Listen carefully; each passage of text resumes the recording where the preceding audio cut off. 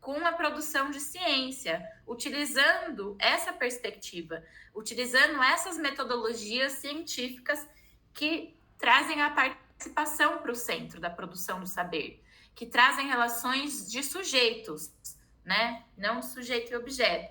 E é isso. E aí agora a gente tem o desafio de estender o que a gente entende por sujeito para não só os seres humanos, como também os rios, as montanhas, as florestas, né? Como que a gente produz saberes, os sonhos, como que os sonhos são também fontes de produção de conhecimento científico, né? Então, tem um campo amplo aí para a gente ainda investir, fortalecer nesse tipo de pesquisa e de ciência. Então, a gente também quis começar mostrando um pouco disso, né? E aí, a pesquisa participativa, né, a pesquisação. Então, tem uma publicação do Ministério do Meio Ambiente que chama Encontros e Caminhos. Tem 3 volumes. O governo Bolsonaro mexeu tudo no site, até as publicações eles tiraram do ar. Eles acabaram até com as bibliotecas virtual, gente. Mas tem outros lugares, também posso compartilhar com vocês. Os Encontros e Caminhos tem os textinhos de conceitos importantes aí da educação ambiental, crítica e popular, e aí tem um textinho que explica o que é pesquisação, o que é pesquisa participante, o que é pesquisação participante.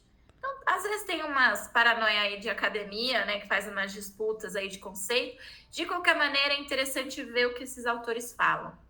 Então, isso acontece dentro do campo científico e, de novo, é só uma pincelada, né?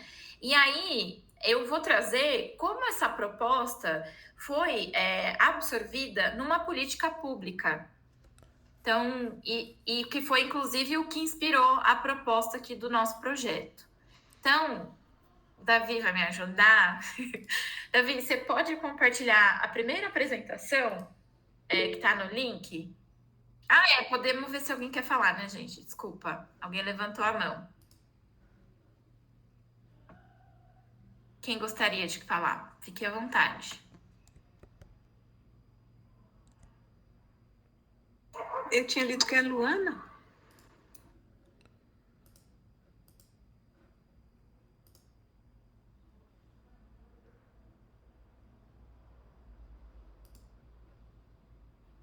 Alguém gostaria de fazer algum comentário?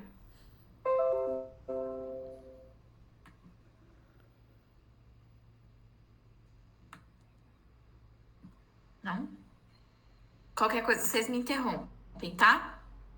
Então, obrigada, Davi. Eu fiz 2 pequenas apresentações. Na verdade, eu me aproveitei de uma outra coisa que eu apresentei aqui, inclusive no Fórum Popular Natureza. E essa daqui que é uma breve síntese de elementos importantes para a gente pensar. Então, o que a gente está propondo aqui no projeto, né?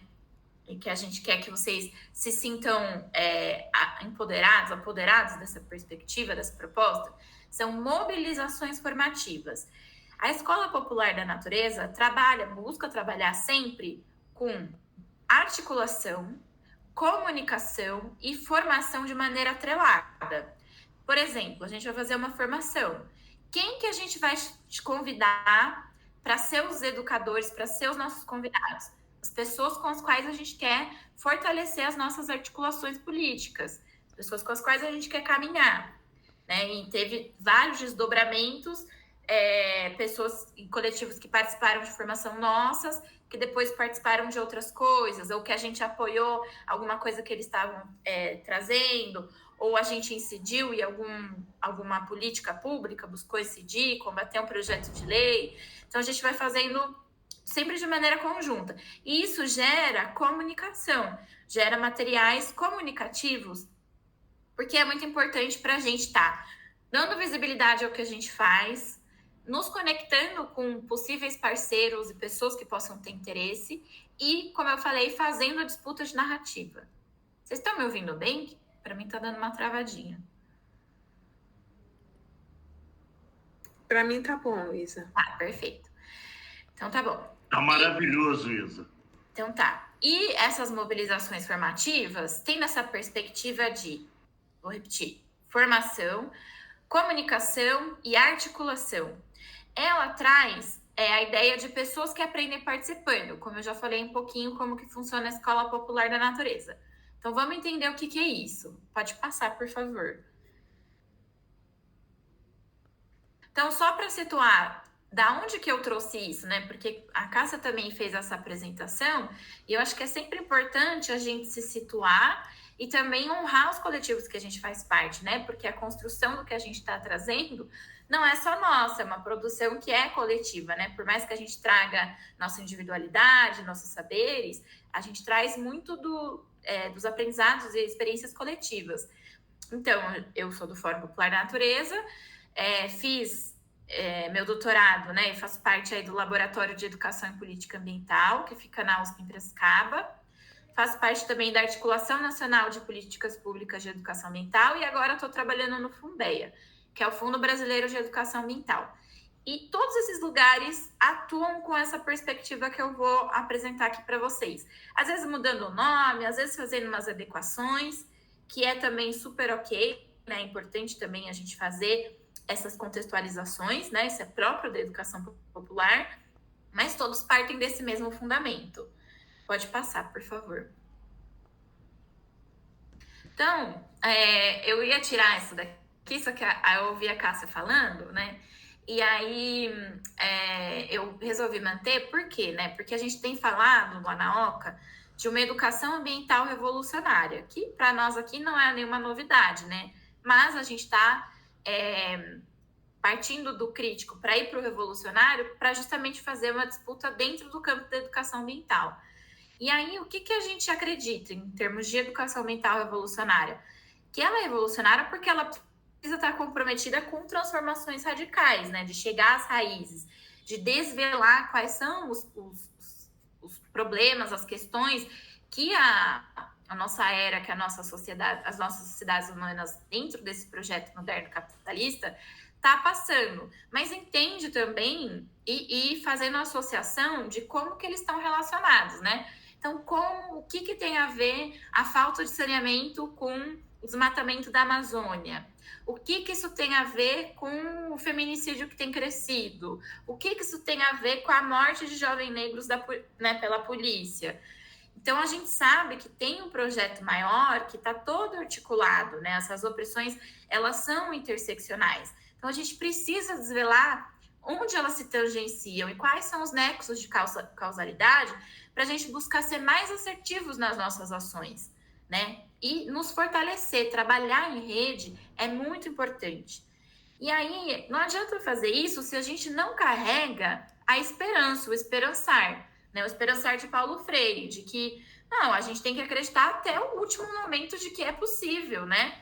Então, enquanto tem muita gente aí sofrendo essas opressões todos os dias, a gente tem que continuar acreditando de que é possível, né? É nosso dever, eu penso assim, pelo menos, que é nosso dever, né? Porque senão é muito fácil falar assim, não tenho nada a ver com isso, não é possível, vou levar minha vidinha aqui, né? Então, e assim, acho que as comunidades tradicionais, os povos indígenas, as mulheres pretas trazem muito... eu sou umbandista, né? Então, esse universo traz muita importância, Exu traz muita importância da gente pedir prazer, da gente sustentar prazer, da gente usar nossa alegria e felicidade também como arma política, porque eles querem que a gente seja infeliz. Eles querem que a gente acredite que não é possível mudar, né? Que a gente não pode fazer nada. Então, é importante a gente trazer sempre essas questões. E aí, claro, a gente não dá conta de bater de frente, né? De transformar o mundo inteiro de uma vez. Se a gente puder, seria muito bom, né? A gente sabe há vários caminhos, né, para isso. Mas aonde a gente é mais assertivo? Né? Eu vou falar de potência de ação. Aonde a gente tem mais potência de ação? São nos nossos territórios. Só que as lutas nos nossos territórios precisam estar sempre associadas com essa macroestrutura, né? Então, por isso que a gente está falando a gente vai apresentar uma arquitetura da capilaridade, que está em rede, ou seja, a gente consegue atingir níveis cada vez mais altos para fazer a disputa também a nível macro, mas a gente está enraizado, capilarizado nos territórios. Então, essa é um pouco a proposta. Pode passar, por favor. Então, como eu falei, essa proposta de pessoas que aprendem participando, que vem aí da pesquisa participativa, né? Apareceu no Profeia, que foi um Programa Nacional de Formação de Educadores e Educadores Ambientais. Ele foi elaborado com base na Política Nacional de Educação Ambiental e no Programa Nacional de Educação Ambiental, que são políticas públicas muito boas, né? Não sei se foi a política ou o programa, mas passou por um processo de revisão uns anos atrás. Então, de tempos em tempos, tem essa consulta pública para ver o que precisa ser melhorado, o que precisa ser atualizado, né? Então, quem não conhece, eu convido todo mundo a conhecer. E ler também o Profeia, que é da onde a gente se inspirou aí para fazer essa proposta. Então, ele trabalha com processo de formação de educadores, entendendo que todos nós podemos ser educadores, né? Não preciso trabalhar, ganhar dinheiro com educação ou ser professor. Eu posso ser educador. Cássia hoje está sendo o quê? Uma educadora aqui, né? Jéssica tem algo que ela goste, né? Então, sei lá, vou frutar alguma coisa. Capoeira. Jéssica vai dar uma oficina de capoeira, está sendo uma educadora de capoeira. Ou ela vai apresentar como a capoeira, a história da capoeira. Entende? Porque ela é praticante de capoeira, ela não precisa ser profissional nisso. Então, não tenham receio de se identificar enquanto educadores, gente. É importante isso. Claro, a gente não vai ocupar os espaços, né? E o lugar de fala de quem é professor, né? Das várias categorias, de quem trabalha de maneira remunerada, trabalhador da educação, não é isso que eu tô falando, hein?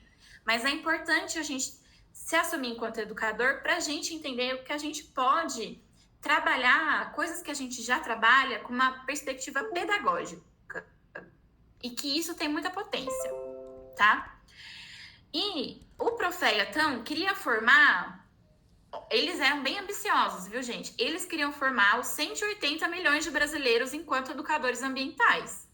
Esse era o grande sonho do Profeia. Então, uma das pessoas que estava aí na construção do Profeia é o meu orientador, Marcos Sorrentino.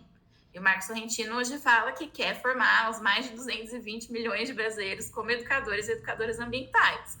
Essa é a utopia dele. E como que a gente faz isso? Através dessa metodologia que eu estou trazendo e por meio de articulações entre coletivos, movimentos sociais e instituições, né? Então, tá aqui, ó, orientação utopia, formação de 180 milhões de brasileiros educados e educando ambientalmente para a sustentabilidade. Hoje, acho que até já mudaria a sustentabilidade aí, né? E qual que era a principal estratégia deles? Formação de coletivos educadores. O que são coletivos educadores? Para mim, é um paralelo bem grande com o Fórum Popular da Natureza. Por quê? São pessoas e organizações que juntos fazem um diagnóstico do seu território e que atuam no território para promover educação ambiental, para promover justiça social, para promover políticas públicas, né? O diferencial é que ele é um coletivo educador. Então, por exemplo, ele vai trabalhar com a questão da fome. A gente fez um mapeamento, já estou introduzindo o que eu vou falar. A gente está com uma questão de fome. Vamos fazer um mapeamento para ver se tem áreas verdes ou áreas ociosas dentro de uma comunidade que pode ser aproveitada para a gente fazer hortas comunitárias?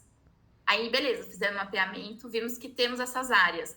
A construção dessas hortas, o processo de gestão dessas hortas, o processo de compartilhar o alimento, ele vai ter uma perspectiva pedagógica. Então, como que a gente faz isso? Trazendo as pessoas para a roda, né? Entendendo o que elas pensam sobre hortas, sobre alimentos, apresentando novos alimentos, fazendo resgates de receitas ancestrais.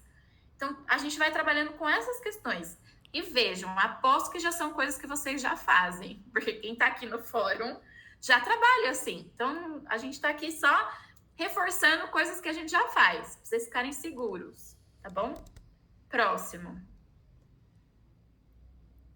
Então, qual que é a proposta que tá lá, né? Então, passa mais 2, que tem aquela estrutura, depois eu volto aqui para... Ficou meio fora de ordem, mais um.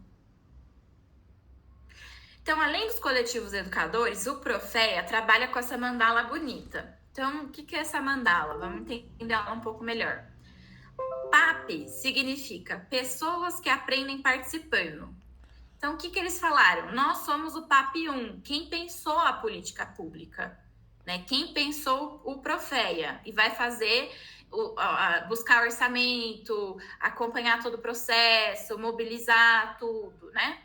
Então, quem seria o PAP 1 do nosso projeto? Quem está atuando no projeto dentro do Fórum Popular da Natureza, que vai pensar nas atividades, que vai gerenciar as coisas mais básicas. E aí vem o PAP 2, que são um outro nível de pessoas que aprendem participando, que já somos nós aqui, ó. Nós já somos nível 2 de pessoas que aprendem participando. Que nós vamos o quê? Fazer os encontros, né? Aprender as metodologias, colocar elas em práticas. Então, por exemplo, na formação, a gente está propondo que vocês façam um diagnóstico no território. E aí, como que vai fazer esse diagnóstico? Eu não vou fazer sozinho. Eu vou fazer junto com o coletivo que eu atuo. Vou mobilizar meu núcleo. Então, eu que sou do PAP 2, vou mobilizar o meu núcleo. Que é quem? O PAP 3. São pessoas que não estão vindo aqui nos encontros, né? Aprendendo, dialogando, mas que vão fazer as ações práticas da formação no território. Então a gente construiu coletivamente como a gente quer fazer nosso diagnóstico. Poxa, é muito importante a senhora Judite, aquele coletivo da rua, né, participarem desse diagnóstico. A gente quer ter o quê? Diversidade de olhar. Então, vamos chamar essas pessoas para a atividade do diagnóstico. Eles são o 4º nível de pessoas que aprendem participando. Então, vejam, a gente tem grupos que vão se abrindo, estruturas de capilaridade, uma arquitetura de capilaridade em rede. E aí, depois que a gente fez o diagnóstico lá com o pessoal do bairro, né, os coletivos que a gente convidou, as lideranças que a gente convidou, a gente vai fazer uma avaliação, vai colher deles o que a gente aprendeu, vem aqui para o nosso coletivo, para o nosso encontro. Isso traz elementos para a gente aprender entre nós, a gente trocar entre nós. E isso também dá elementos para o Fórum Popular da Natureza pensar melhor a sua atuação, né? Qualificar o projeto, ver quem mais pode trazer, quais foram as lacunas que precisa ter, né? Então, a gente consegue fazer relações de uma estrutura que está um pouco mais centralizada, mas não quer dizer hierarquicamente, né? É mais do encontro, para a capilaridade do território, e do território a gente vai receber essas informações. Por quê? A gente precisa fortalecer os nossos núcleos, a gente precisa entender, mudamos a conjuntura, né? A gente vem aí de um governo Bolsonaro e de um período pandêmico. Aí a gente viveu aquele período estranho lá de 2021, 2022, né? Meio de 2021, 2022, que ninguém estava entendendo direito o que estava acontecendo, estava todo mundo se situando. Então, onde estamos em 2023? Então, a gente precisa ter esses elementos para a gente ter mais assertividade nas nossas escolhas estratégicas políticas. Então, Davi, pode voltar lá, por favor? No primeiro quadrinho, acho que são 2. Então, vejam. Nível de pessoas que aprendem participando. Então, é um núcleo central, formado por membros dos núcleos e instâncias do fórum e militantes dos coletivos e movimentos que atuam, que apoiam o fórum. São eles que vão estar presentes nos encontros e que vão fazer as atividades. Nível 2, de pessoas que aprendem participando. São outros membros dos núcleos, né? Então, Raquel é do Núcleo São Paulo. Ela leva lá a proposta do Núcleo São Paulo de 15 pessoas chutando, vem 3. Elas vão aprender a partir das atividades que a Raquel e as outras colegas, né, vão levar para dentro do núcleo que vão fazer junto. Então, é uma maneira da gente estar se formando e formando os outros, né? Então, aí já é a segunda instância. E o nível 3...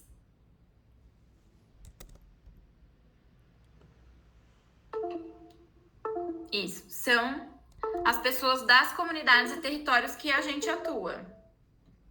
Ih, faltou um slide. Deixa eu pegar aqui. Pode passar para frente, eu vou pegar aqui enquanto isso. Então, essa é a estrutura. Lá na OCA, que é esse laboratório que eu faço parte, a gente trabalha com... eu acrescentei um a mais, mas eles publicaram 5, né? De 5 pilares fundamentais da educação ambiental que a gente acredita, que a gente trabalha. E, provavelmente, se a gente fosse escrever de novo, a gente iria colocar outros elementos, né? Mas eu queria compartilhar aqui com vocês, que os nossos processos pedagógicos, nossos processos educadores, trabalharem sempre com a identidade, então valorizar os diferentes lugares de fala, reforçar o senso de identidade de cada um e respeitar essa identidade. Por quê? O que o mundo moderno faz? Que é transformar todo mundo igual, que é padronizar, né? E aí, como a gente tem muita influência aí da mídia e tudo mais, quem que somos nós, né? É a Isabela que aparece no Instagram, é a Isabela que é no terreiro, a Isabela que está na academia, a Isabela que está aqui falando com vocês. Então, a gente tem múltiplas facetas, mas a gente tem uma identidade, né? Então, é importante a gente trabalhar o auto-reconhecimento da nossa identidade e o respeito às diversas identidades, né, que tem. Outro ponto importante, trabalhar pertencimento, porque o que acontece? O capitalismo, a modernidade nos desenraiza, né? Essa coisa da globalização tem um lado positivo, de que a gente pode transitar em vários lugares, mas a gente perde o nosso senso de pertencimento a um lugar, a um território, a um coletivo, né? E isso é de propósito, né? Para aumentar a nossa individualidade, para aumentar a nossa competição entre nós mesmos. Outro ponto importante, sempre trabalhar com a ideia de comunidade. Então, nos reconhecer enquanto comunidade precisa ser física? Não, pode ser relacional, né? Então, o Fórum Popular da Natureza é uma comunidade. Os núcleos são comunidades. Os coletivos que a gente pode fazer parte também podem ser vistos como comunidades. Esses elementos aumentam a nossa potência de ação, que é o quê? A nossa vontade, nosso desejo e a nossa capacidade de intervir na realidade. Só que para a gente intervir na realidade com qualidade, a gente precisa buscar o diálogo. Diálogo entre os nossos pares, né, gente? Porque com quem não é par, que não tem a abertura para o outro, nem sempre é possível. Às vezes tem que ir mesmo no confronto, né? Mas entre os nossos pares, entre aqueles que podem estar junto conosco nas trincheiras, é muito importante a gente buscar o diálogo. E o diálogo não é a mesma coisa que comunicação ou que conversa. O diálogo pressupõe a gente abrir mão daquilo que a gente... Não abrir mão, é colocar em suspensão aquilo que a gente já tem como certo para ouvir o que o outro traz, né? Para juntos construir algo novo. É um processo mesmo dialético, que é super difícil de fazer. E a gente trazer a felicidade também como premissa, como importância, né? E não a felicidade, a Regina falou, diálogo dialógico, justamente. Dialógico dialético. E a felicidade mesmo. A gente tem que trabalhar com ações e com coisas que façam as pessoas mais felizes, né? Tem uma vida digna, né? Enfim. Então, esses são elementos importantes para a gente. Regina, você quer falar para a gente sobre o conceito de amor fati e felicidade? Isso eu não conheço. Sei muito pouco, mas eu tenho uma amiga que é amor fati, eu sempre fiquei curiosa, né? E um dia eu caí nisso, nesse conceito, que é viver com intensidade o que está sendo vivido no momento, né? Então, a felicidade não é muito feliz, a gente é felicidade o tempo todo, né? Mas o poder viver todas as ondas, as frequências do dia, seria uma presença e sei lá, um assumir mesmo, né, que os sentimentos eles são variáveis. Eu achei bem interessante. Dá uma olhadinha depois. Mas é muito superficial, foi mais uma curiosidade minha e eu falei, é isso aí, tô vivendo isso. Não, muito legal, até porque, né, como tudo, o capitalismo corrompe, e agora tem essa ideia de ditadura da felicidade, né, que a gente precisa ser feliz, essa falsa positividade, que é super perigosa até para a saúde mental das pessoas, né? Mas acho que é isso que você falou, a felicidade mesmo como uma busca, um senso de propósito, tem a ver com pertencimento, tem a ver com se viver o que se está vivendo, né? Sentir o que há para sentir. Então, mas é uma discussão interessante essa, para a gente pensar mesmo. Talvez nem seja mais essa palavra felicidade, né? Que caiba aqui. Mas só porque não são coisas que são tão óbvias e não são tão trazidas, né? Quando a gente pensa em educação ambiental, por exemplo, né? Então, pode passar mais um. Por favor, Davi. Esse daqui também foi uma coisa que me ajudou muito, que chama o Método Oca. São 12 passos que a gente propôs aí para trabalhar a educação ambiental. E aí esses passos, eles não precisam ser todos usados e eles podem ser combinados de maneiras diferentes. Então, normalmente o que a gente propõe, né? Que a gente faça mapeamento diagnóstico. Por quê? Porque o mapeamento diagnóstico vão nos dizer o que está acontecendo na nossa realidade, no nosso território, né? E aí a gente vai conseguir ter mais assertividade para planejar nossas ações, né? Então, o mapear, ele é mais neutro, assim, né? A gente define um tema ou alguns temas e faz um olhar mesmo analítico para o território do que tem. Então, por exemplo, eu vou mapear número de hortas comunitárias que tem no território. O diagnóstico, ele já vai trazer análise, ele vai trazer as relações. Então, aí eu vou trazer dados, por exemplo, de as áreas ociosas que podem ser aproveitadas para ter mais hortas. Eu vou entender como a especulação imobiliária está acontecendo no meu território. Então, você vai avançando no diagnóstico, mas normalmente eles andam juntos. A partir desse diagnóstico, a gente entende melhor qual que vai ser a nossa temática problematizadora. Então, qual que é o tema que a gente quer trabalhar. A gente também acha super importante não olhar só para a temática como um problema em si, mas a gente trazer muito quais são os nossos sonhos, quais são as nossas utopias diante dessa realidade, para além dela, né? E aí, para a gente fazer isso, a gente também busca sempre atrelar a análise de conjuntura. Então, os meus sonhos, as minhas utopias são essas, o que o mapeamento diagnóstico me diz é isso, e a gente quer chegar nesse lugar. Então, entender como também a conjuntura está acontecendo. A gente também acredita que é muito importante, além de a gente estar sempre entendendo quais são as nossas motivações, nossos sonhos e objetivos, a gente fazer um exercício constante de autoconhecimento. Então, a gente traz aqui uma proposta de mergulho em si, que até uma amiga ressignificou para mergulho eu-mundo, né? Para a gente fazer esse processo de como que eu tô, o que eu tô sentindo, né? Como que tá a minha saúde mental, como que tá a minha relação com as pessoas. Então, o mergulho em si traz bastante isso. A gente também propõe a construção de cardápios de conteúdo. Então, a gente viu que um problema sério na comunidade é a fome. Cardápio de conteúdos quais são os conteúdos ou as atividades que a gente pode fazer para tentar resolver esse problema. Hortas, fortalecer o Conceia, fazer o que mais? Campanhas de arrecadação de cestas básicas, fazer uma associação com um grupo de pequenos produtores que estão em dificuldade de escoar para trazer os alimentos para cá. Então, quais são as possibilidades de ação e conteúdo que a gente pode trabalhar? E aí é isso, tudo que a gente vai fazer, a gente tentar trazer uma intencionalidade pedagógica também. Aí a gente traz a importância de sempre promover os círculos de cultura, né? Que aí é onde a gente trabalha também forte o diálogo.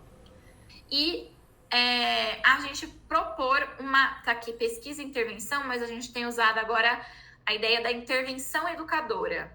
Então, qual que vai ser a nossa ação nesse território para desvelar esse problema junto com as pessoas que estão sofrendo, né, esse problema, os impactos desse problema, e entender o que pode ser feito a partir da potência que já existe nesse território.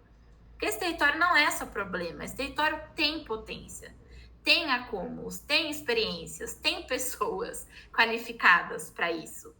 Então, a gente planeja a nossa intervenção educadora pensando nas nossas utopias e no tema que a gente escolheu trabalhar.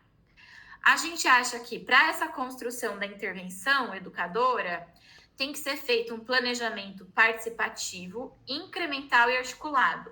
Ou seja, entender que o planejamento ele é vivo, ele é adaptável, porque as coisas mudam. Só que você precisa planejar do início ao fim. Ah, a gente está aqui, a gente quer chegar aqui.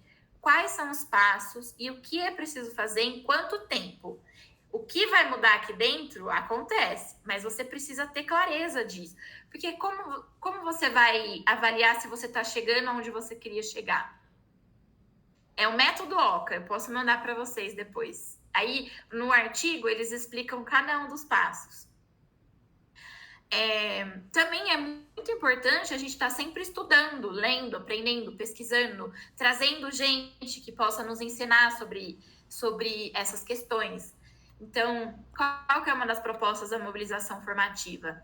É o grupo fazer o diagnóstico do seu território, entender qual que vai ser o tema que vai ser trabalhado e construir ao longo de alguns encontros a intervenção educadora. Então, a gente vai entender como que essa intervenção vai ser construída. A gente precisa fazer o planejamento dessa intervenção. E a gente vai fazer um exercício prático de colocá-la em prática. Nesse caminho, a gente pode trazer convidados de membros do Fórum Popular da Natureza que tenham a ver com um tema de determinado núcleo. Então, de novo, o exemplo das hortas comunitárias. A gente está aqui montando nossa proposta de intervenção, mas estamos com essas dúvidas. Será que isso dá certo? Qual que é o melhor jeito? Dentro do fórum e da rede do Fórum Popular da Natureza, tem muita gente boa que tem experiência com horta comunitária. Quem que a gente pode trazer para ser um tutor, para ajudar a orientar, para ajudar a qualificar ou a materializar essa proposta de intervenção? Aí a gente vai trazer essa pessoa para conversar com esse coletivo. Entende? Aproveitar já a experiência que a gente já tem entre nós. E aí a gente vai estar o quê? Aprendendo, estudando, lendo. Isso sempre tem que ser uma premissa. Uma coisa muito importante que eu falei já é a gente buscar sempre fazer registro, sistematização. Então, Raquel está aqui no trabalho árduo e chatíssimo de fazer relatoria. Mas por quê? Olha só quanta coisa a gente está falando aqui. Então, tem os chats, né? Tem o que a Cássia falou, tem o que eu falei, tem o que vocês vão falar daqui a pouco. Então, ter a memória disso é super importante também. Registrar, dar visibilidade, porque outro dos males da nossa sociedade é que a gente faz e parece que não está fazendo nada, né? Porque demora para ver os resultados. Então, a gente registrar o processo honra a nossa caminhada. E também nos ajuda a monitorar o que deu certo, o que deu errado, o que precisa melhorar. Né? Então, também entender como que a gente monitora e avalia é importante, desde o começo, no planejamento. Então, quais são nossas utopias, a temática que a gente escolheu trabalhar, o que a gente quer construir. Como a gente vai saber se a gente chegou aqui? A gente precisa entender o que a gente vai monitorar e o que a gente vai avaliar. E fazer isso ao longo do processo, não só no final. Então, a gente vai fazer uma intervenção aí para a construção da horta comunitária. Primeira coisa, vamos fazer um círculo de conversa com os moradores de lá. Entender se já teve horta, quem que planta de lá, quais são as espécies que as pessoas gostariam que tivesse numa horta. Avalia esse encontro. E tem que avaliar. Alguém quer falar alguma coisa? Abrindo o microfone. Eu estou querendo fazer uma intervenção. Pode fazer. Bom, boa noite, meu nome é Altino, eu sou daqui de Salvador, ex-professor da Federal da Bahia, da área da Sociologia, militante aí de todas as causas políticas.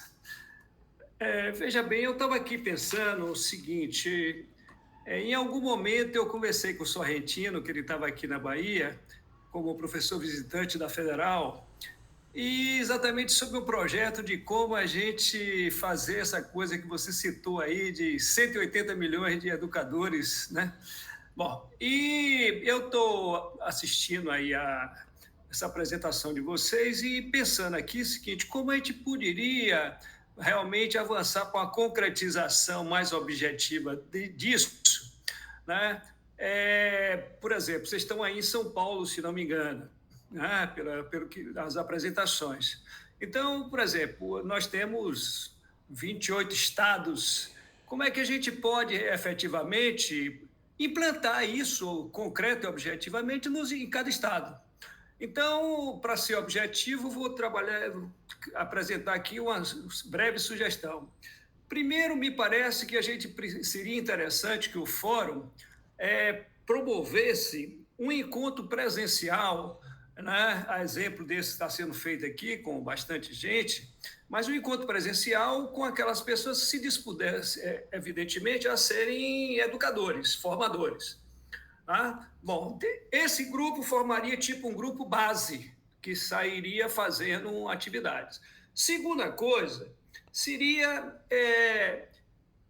no caso, tentar identificar situações objetivas e concretas que têm problemas ambientais. E onde isso é fundamental, já tem uma comunidade com alguma organização. Eu vou dar um exemplo aqui.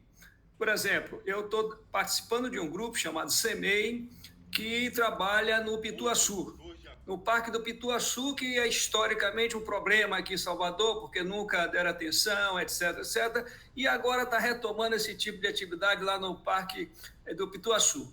Bom, e esse grupo está organizando, fazendo uma série de atividades, etc., etc., cobrando do governo, inclusive, um projeto para lá que nunca é feito. Bom, e o pessoal sabe o que quer fazer. Tem um problema, por exemplo, da água. Tem um problema, por exemplo, de iluminação. Tem um problema das ciclovias. Então, são problemas objetivos. Então, dentro da metodologia que você coloca, são metodologias, né, participativas, né? Então, a ideia que eu estava aqui matutando era a possibilidade de se fazer um contato com comunidades tipo essa lá do Pituaçu e fazer essa formação que você está colocando com essas pessoas que estão tendo, às vezes, dificuldade de colocar em prática e de resolver esse problema por conta própria. Fica na dependência do governo, na dependência das instituições. Tá? Bom, então isso aí essa coisa pode ser multiplicada em N lugares do Estado. Por exemplo, aqui no Estado tem uma estrutura das chamadas estrutura territorial. Tem os territórios, tem os representantes dos territórios, os grupos de território, os chamados NEDET, não sei o quê e tal e tal. Tem um rapaz, inclusive, chamado Marcelo, que ele está à frente do processo de formação nessas áreas. Articula com esse cabra, articula com quem? Com esses núcleos de NEDETs que querem também fazer formação, só que vão fazer formação talvez política de outra dimensão, sob outro ângulo, que não especificamente de natureza, né, mas que no caso estaria fazendo associação com quem já está no caminho, já está caminhando, quem já tem uma estrutura, quem já tem uma história, para colocar isso objetivamente em prática, porque essas coisas que você colocou aí, mapeamento, diagnóstico, etc., etc., isso pode acontecer, por exemplo, você vai fazer um diagnóstico, um DRP, diagnóstico rápido participativo em comunidade. Quando você tem a comunidade, se você não tiver a comunidade, quer dizer, primeiro você tem que identificar a comunidade, tentar verificar a possibilidade dela aceitar um trabalho, né? E você começar a fazer essa organização e tal, para você caminhar, fazer alguma coisa. Eu estou propondo que a gente dê um salto, que a gente avance nesse processo, que você tendo um grupo básico, você já vai direto para uma comunidade que já tem uma organização, mas que está faltando um start, alguma coisa para que ela avance para outro patamar objetivo e concreto de resolução de questões. E aí entra, inclusive, os método Paulo Freire, que você falou, não sei o quê. Vamos trabalhar em cima de coisa concreta e objetiva. Qual é a demanda da comunidade? Qual é o problema da comunidade? E que esse grupo do FPN pode chegar junto para resolver. E aí você vai consolidar os apoios, você vai consolidar tanto o grupo que está fazendo a formação, como também você vai consolidar o grupo que está lá, que vai ser um grupo de apoio que pode vir a se constituir multiplicador.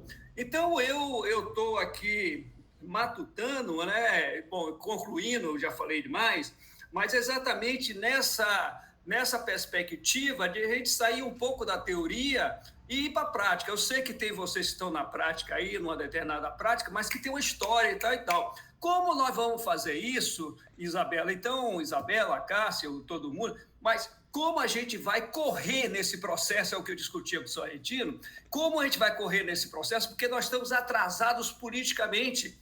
E tem aí à direita esses fascistas que têm um projeto, que é o projeto de emburrecimento. Vão agora, o próprio governo federal está aí para aprovar um projeto de digitalização em todas as escolas públicas, o que vai ser uma agressão terrível, emburrecer mais ainda os jovens, emburrecer a sociedade que já é emburrecida. 28% da população brasileira é analfabeta funcional, entendeu? Junta isso com os tablets e os celulares da vida, que as pessoas andam aí só nisso, além da Rede Globo, que atinge 90% da população brasileira. Então, nós temos como a gente romper com essa situação urgente, imediato, ontem.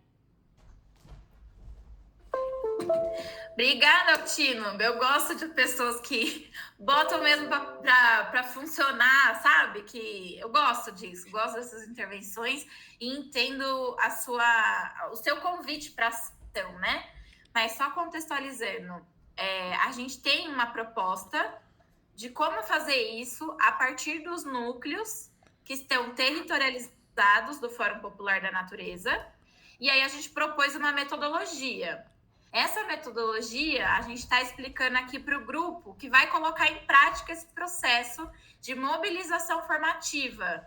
Então, como foi um pedido desse coletivo de entender um pouco mais os fundamentos da metodologia, que a gente propôs esse encontro, e aí a gente acabou abrindo para outras pessoas interessadas. Então, eu estou fundamentando da onde que veio a proposta, para agora, nos próximos slides, dizer o que o projeto contempla e qual que é a nossa proposta para fazer agora, tá? E aí, a proposta de agora é dentro do que a gente consegue fazer, da realidade atual do fórum, das pessoas que estão tocando. No entanto, ela é praxeológica, ela vai fazer as pessoas aprendendo, participando, e aí elas vão poder irradiar esses saberes para os seus coletivos, para os outros núcleos, porque a gente quer que as pessoas justamente se sintam com ferramentas e metodologias para que elas proponham essas ações junto às suas comunidades. Então, essa é a nossa proposta, justamente, tá? Então, eu vou apresentar agora, vou terminar só de explicar o último passo e vou explicar o que a gente propôs. Então, entendendo que a gente vai fazer isso dentro de um projeto do Fórum Popular da Natureza e que a ideia é a gente aprender participando, vai ter erro, vai ter acerto, né? E aí a gente vai justamente registrar como é que foi o processo, avaliar, entender como que a gente pode aprimorar, e as pessoas que vão participar de tudo isso vão se formar junto com a gente. Essa é a beleza dessa metodologia, né? De ser participativa e de ser irradiadora mesmo, como uma raiz de uma árvore. Não é a Escola Popular da Natureza que vai dar aula para cada uma das comunidades. Não é essa a nossa ideia, entende? A gente não quer educar as pessoas ambientalmente de como devem ser as coisas na comunidade delas. Nem cabe a nós. O que a gente quer é formar pessoas que desenvolvam cada vez mais uma consciência crítica e que consigam aplicar instrumentos, metodologias pedagógicas que fortaleçam suas lutas políticas. Essa é a nossa proposta. Então, por isso que é o último elemento aqui que eu queria trazer, que é justamente incidir em política pública. A gente não pode desassociar um processo pedagógico, um processo educador da luta política e de incidir claramente em políticas públicas. A gente, da ANPEA, da OCA e tudo mais, a gente defende que não é só o Estado que constrói a política pública, a comunidade constrói. Então, como várias comunidades conseguiram lidar com a questão da pandemia, no governo Bolsonaro, quando não tinha vacina, quando não tinha porcaria nenhuma, que ele não fez nada, ele só destruiu, foi uma política pública, entende? Então, e olha só que bonito, essa proposta de educação trabalha desde a subjetividade, da emoção, do sonho de cada um de nós, até a gente pautar o Estado, a gente fazer a disputa das nossas políticas públicas dentro e com o Estado, né? Porque a gente sabe que tem alguns lugares que o Estado é o nosso inimigo, né? Então esse é o método OCA. Eu posso depois compartilhar com vocês, mas se vocês colocarem no Google método OCA, Laboratório de Educação e Política Ambiental, vocês encontram esse artigo, tá bom? Davi, pode passar, por favor? Que aí eu vou apresentar qual que é a nossa proposta objetiva. Então, vamos lá. Então, etapa prévia de organização, que quem vai fazer é o grupo que vai tocar a formação do Fórum Popular da Natureza, que, como eu falei, já é um grupo que aprende participando. Então, tem essa etapa de organização, que é uma etapa que muita gente esquece de planejar e que é super importante. Então, é preciso planejar o link do encontro, lista de presença, quem que vem, como que vai ser a divulgação, se vai ser presencial, se dá conta de todo mundo, se tem acessibilidade, que é uma coisa que a gente ainda precisa melhorar, ou seja, se a gente conseguir trazer intérprete de Libras, se a gente conseguir fazer audiodescrição, que a Cássia fez, como que a gente melhora a nossa acessibilidade é importante. Se um cadeirante pode estar presente, se uma esteira ou uma mãe que esteja com sua criança pode estar presente, tudo isso é acessibilidade. A gente precisa planejar isso. Então, etapa prévia, planejamento. Etapa 1, contextualização, que é o quê? Análise de conjuntura. A gente precisa entender qual que é a nossa conjuntura. E a gente colocou esse nome, podia ser qualquer outro, mas a gente colocou Desvelando o Fim do Mundo. Então, aqui tem a descrição, quantos encontros, quantas horas, quem que a gente vai chamar, a proposta do encontro. Então, a gente tem aí uma etapa que juntos, tanto os convidados e convidadas, quanto quem estiver presente, vai fazer um exercício coletivo de análise de conjuntura. E a partir dessa análise de conjuntura que a gente vai atuar. A segunda etapa, então, a gente vai olhar para o sistema como um macro, né? Aí, na etapa 2, a gente vai para o território. O que eu falei? O território é onde a gente tem potência de ação. Então, o primeiro passo que a gente vai fazer é diagnosticar esse território.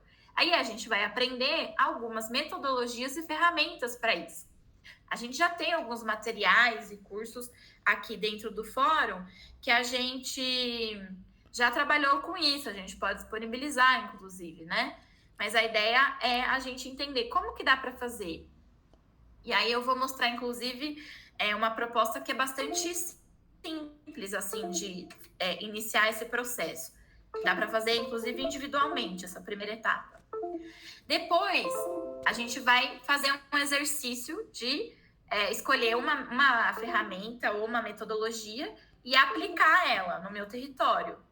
Para isso, eu já vou mobilizar o meu grupo, já vou mobilizar o meu núcleo para fazer esse exercício junto comigo. Então, eu já estou o quê com isso? Fortalecendo a minha articulação territorial. E eu estou produzindo um diagnóstico que é participativo. Então, vai ter uma diversidade de olhares. Isso torna o meu diagnóstico mais forte, né? Depois, a gente vai ter um encontro no qual os participantes da formação vão contar sobre essa experiência. Ah, nossa, a gente planejou fazer esse diagnóstico, mas a gente achou isso difícil, ou a gente não deu conta de fazer tal coisa, ou a gente resolveu fazer ainda um outro diagnóstico. Por quê? Quando a gente ouve os outros falando, a gente aprende também. Então, a gente vai estar ensinando uns aos outros a partir do que a gente fez. E aí, a gente faz um processo de reflexão sobre o que foi mapeado, sobre o que foi diagnosticado, né? Então, essa seria a etapa 2. Vejam só, ação, reflexão e ação. Com pessoas que aprendem participando. Tá aí a aplicação do método. Tá aí a aplicação da metodologia. Próximo slide, por favor. Ih, ficou baixinho, mas depois a gente vai ter justamente a construção de qual vai ser a nossa intervenção político-pedagógica. Então, a gente fez análise de conjuntura, fizemos o diagnóstico, entendemos qual que é a problemática, as problemáticas, e vamos pensar o que a gente pode fazer. São Paulo está aí passando por revisão do plano diretor. Esse é um grande problema. Vamos fazer um diagnóstico de quais são as áreas afetadas? Vamos fazer um diagnóstico de quem são os atores que estão fazendo enfrentamento desse plano diretor? Para ver como a gente se articula com eles? Qual que vai ser a nossa intervenção político-pedagógica? A gente vai invadir a prefeitura? Fazer uma caminhada? O que vai ser essa intervenção? Então, a gente vai ter encontros que a gente vai fazer esse planejamento incremental, ou seja, a cada encontro a gente vai trabalhar uma parte dessa intervenção. Então, a gente começa com o quê? Com o quê a gente vai trazer quais são as nossas utopias, como a gente gostaria que fosse a própria intervenção e essa realidade que eu diagnostiquei. Então, eu estou trabalhando o quê? Análise de conjuntura e utopia. Estou colocando em prática. Depois, você vai planejar com quem, quando, como, que aí é a metodologia. Entende? Então, aí você vai construindo. Isso se chama planejamento incremental e participativo, que está lá no método. Próximo slide, por favor.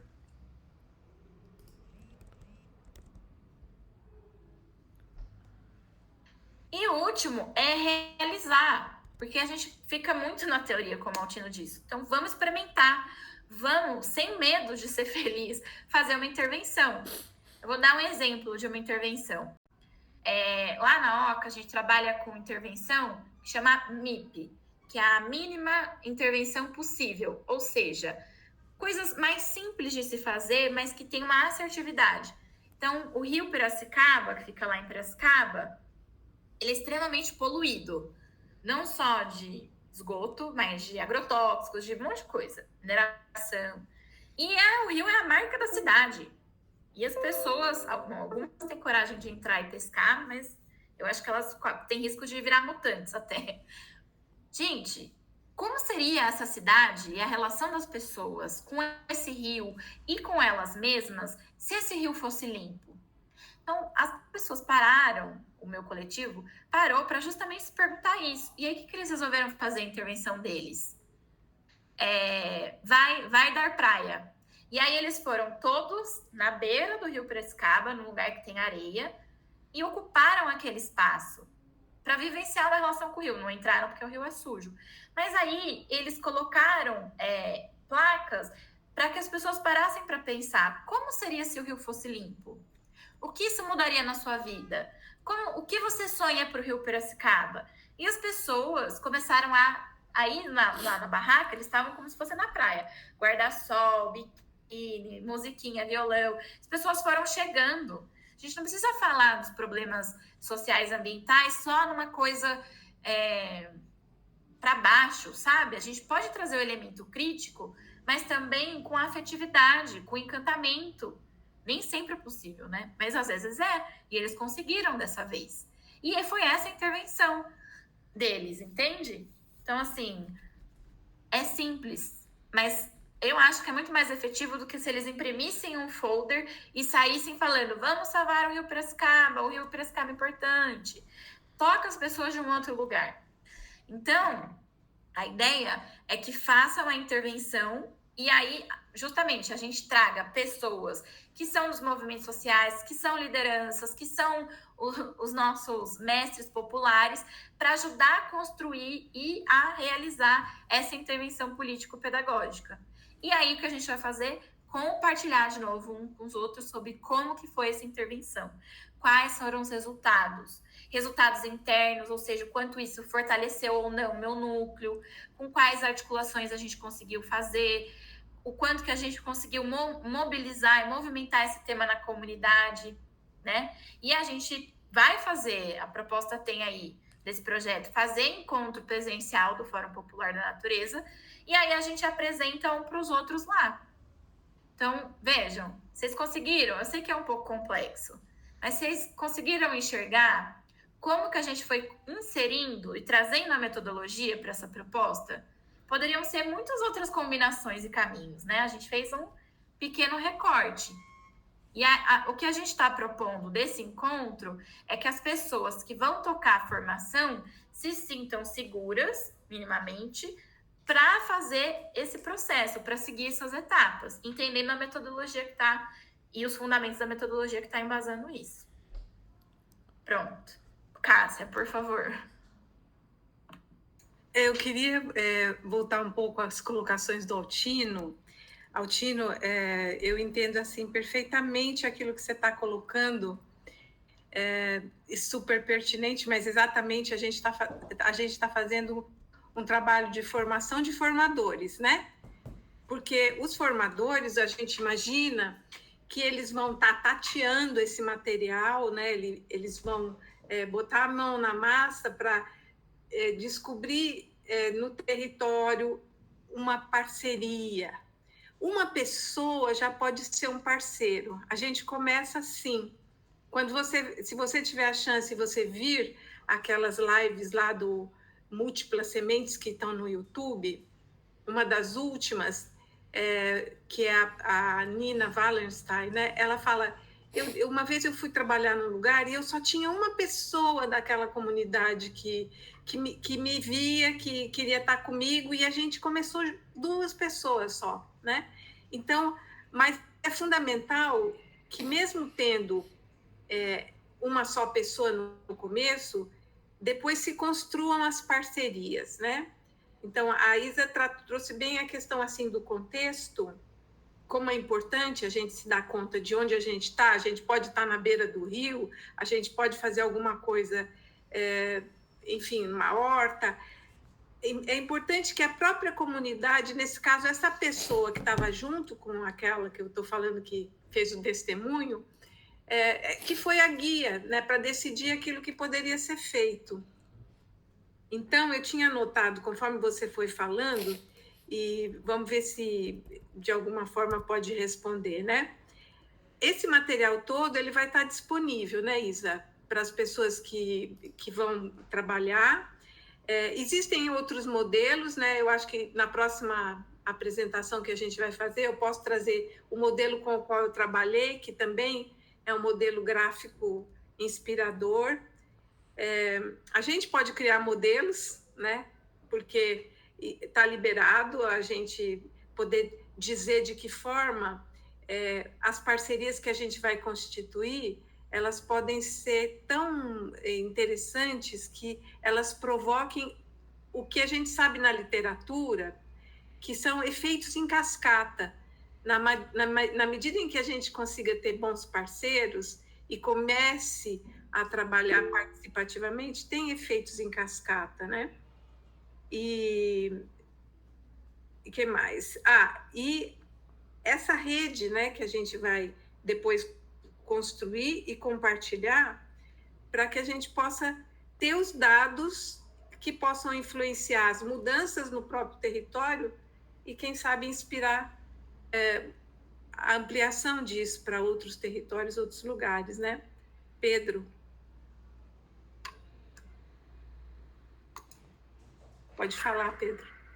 Deixa eu abaixar minha mão aqui. Ué, por que... ligou. Ligaram a luz da cozinha aqui em casa, ficou pior ainda a imagem. Não, o que eu queria dizer é o seguinte, assim, a gente tem que compreender, eu acho que vocês foram muito brilhantes no apresentar essa formação, essa proposta, mas a gente precisa compreender que o que a gente está tentando trazer dentro do projeto é a perspectiva do fim do mundo, né? E essa perspectiva do fim do mundo, ela cada dia está mais real, né? A gente em 1992 a gente falava em mudanças climáticas, né? Em 2019 foi substituída a palavra mudanças climáticas por emergências climáticas. Agora a gente tem uma nova palavra colocada pela ONU, né? Que não é nem um espaço muito democrático, mas quando se trata da questão climática parece que é mais democrática do que muitos governos, que está chamando de fervura global. Quer dizer, o que a gente precisa trabalhar dentro da perspectiva nessas comunidades, essa perspectiva de como se preparar para essas mudanças que estão por vir, né? Eu acho que esse é o grande barato da história desse projeto, é a gente pensar em mecanismos de adaptação dentro dessas comunidades. Como se constrói, a partir dessa metodologia, mecanismos de adaptação, brigadas populares, né? Porque, para pensar, a gente tem 140 dias para começar o verão, gente. A gente não tem, em nenhum governo, em nenhuma esfera, nem municipal, nem estadual, nem federal, uma preparação de adaptação e mitigação para o verão que há por vir. Ontem, e hoje saiu na mídia, fez 40 graus nos Andes chilenos. E a gente está em pleno inverno, gente. Eu estou morando há 5 meses em São Paulo, eu conto nos dedos as vezes que eu usei casaco. E olha que eu sou carioca, e para carioca, lá no Rio, 20 graus é frio. Aqui, 20 graus não é frio.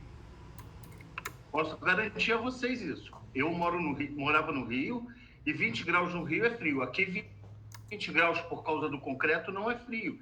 E como é que a gente vai trabalhar isso, por exemplo, nas comunidades? Aí pensando nas comunidades daqui ou nas comunidades do Rio, que eu acho que esse é o grande barato, né?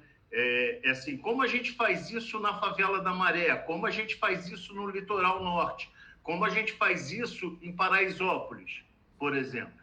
Então, esse é o arranjo que a gente precisa estar bem conectado para a gente poder construir essa perspectiva, entendeu? Eu fico por aí, porque eu já vi que teve um monte de gente que levantou a mão, então acho que é melhor eu parar, e aí a gente continua aqui essa conversa. Pedro, só queria reagir à sua fala, que eu concordo com você, assim, eu acho que isso é fundamental, é urgente, né? Além de fundamental, é urgente.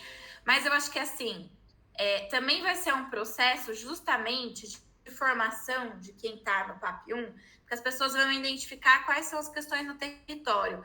Talvez já não esteja tão claro para elas a associação dos problemas que tem do racismo, do feminicídio, da falta de trabalho ou do esgoto, com isso, com essa perspectiva das mudanças climáticas e do fim do mundo.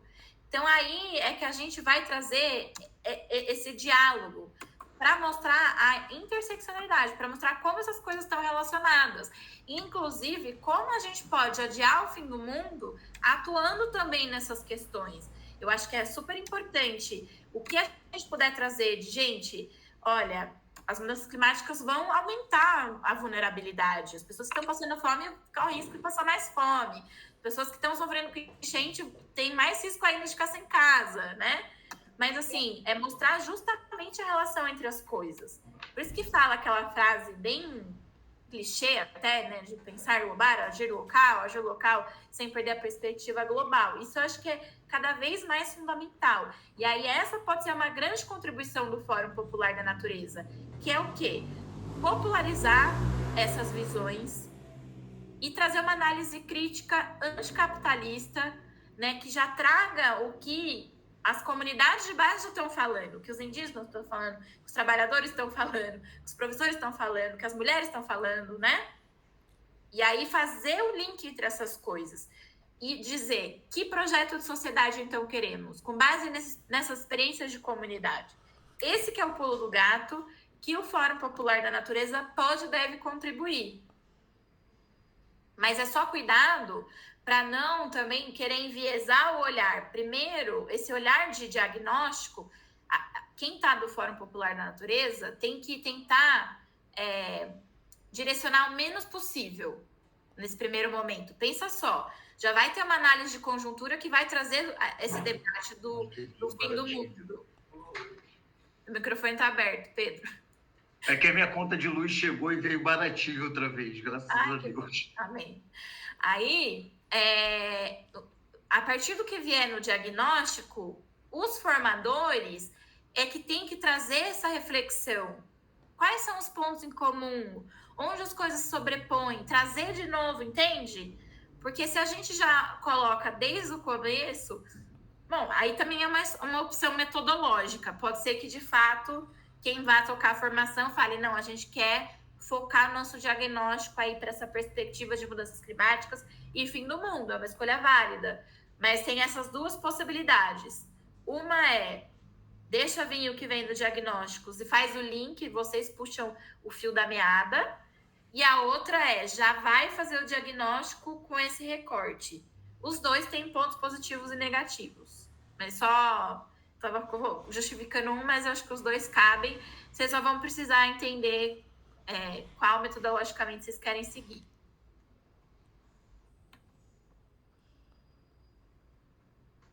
Acho que o Marco e a Andréia estão com a mão levantada, né, Isa? Isso. Bora? Vamos ouvir? Marco. Oi. Boa noite. Vocês estão me ouvindo bem? Sim. Tá. Eu apresentei no chat aí, né? Eu sou o Marco da Lama, sou membro do Fórum Popular da Natureza, sou assessor de meio ambiente da CUT de São Paulo, né? E a gente estava debatendo um tempo junto essa proposta, né? Eu saí de férias e voltei nessa semana e estou como é que se diz, mapeando ainda quais foram os passos e tal, né? Em primeiro lugar, queria parabenizar aí a Isabela e a Cássia pela apresentação, pela sistematização e pela apresentação que fizeram ainda, da metodologia, né? Mas tem algumas perguntas que o pessoal o Altino fez, o Pedro fez agora também, acho que é nesse sentido, né? Que é como é que vai ser isso na prática, né? Como que a gente vai para os territórios, né? E acho que a grande questão aqui a gente está fazendo esse encontro justamente para mapear e para articular as pessoas, grupos, comunidades, organizações que topam essa proposta, né? E que possam vir juntos, né? Então, por exemplo, aqui em São Paulo, a gente a Andréia está aí, né? A gente está com uma proposta de fazer o primeiro piloto, de aplicar essa metodologia, essa mobilização formativa, essa formação mobilizativa, numa comunidade na Zona Leste de São Paulo. Então, aqui, se tem algum outro presente, tem um pessoal, sei lá, aqui na Bahia que acho que é legal, um grupo aí que a gente poderia aplicar essa metodologia aí. Vamos lá.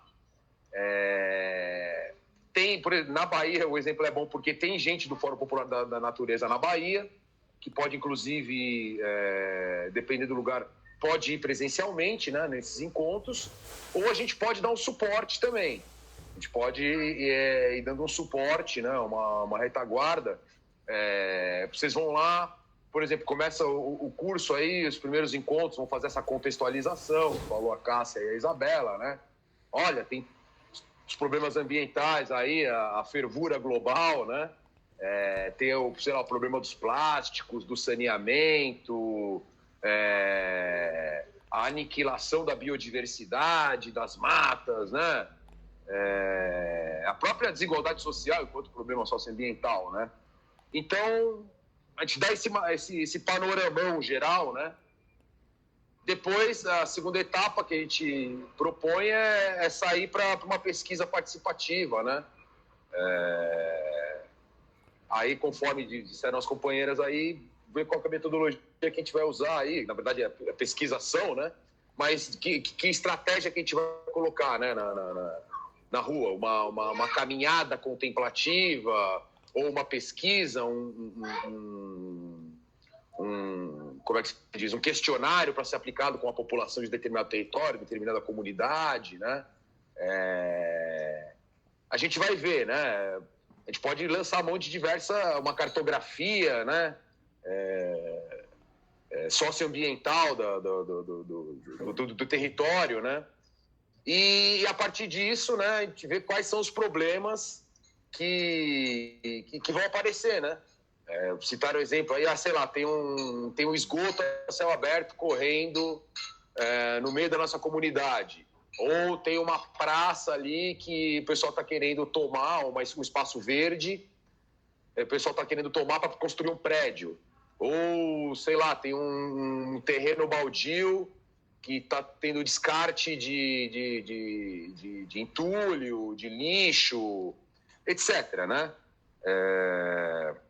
E a partir desses problemas que porventura vão aparecer aí, a gente dá uma qualificada, dá uma aprofundada na questão, sei lá, do saneamento, a questão dos resíduos sólidos, a questão dos espaços verdes, da biodiversidade, junto com as temáticas que a gente está trabalhando, capitalismo, causa ambiental, racismo ambiental, etc. E tal.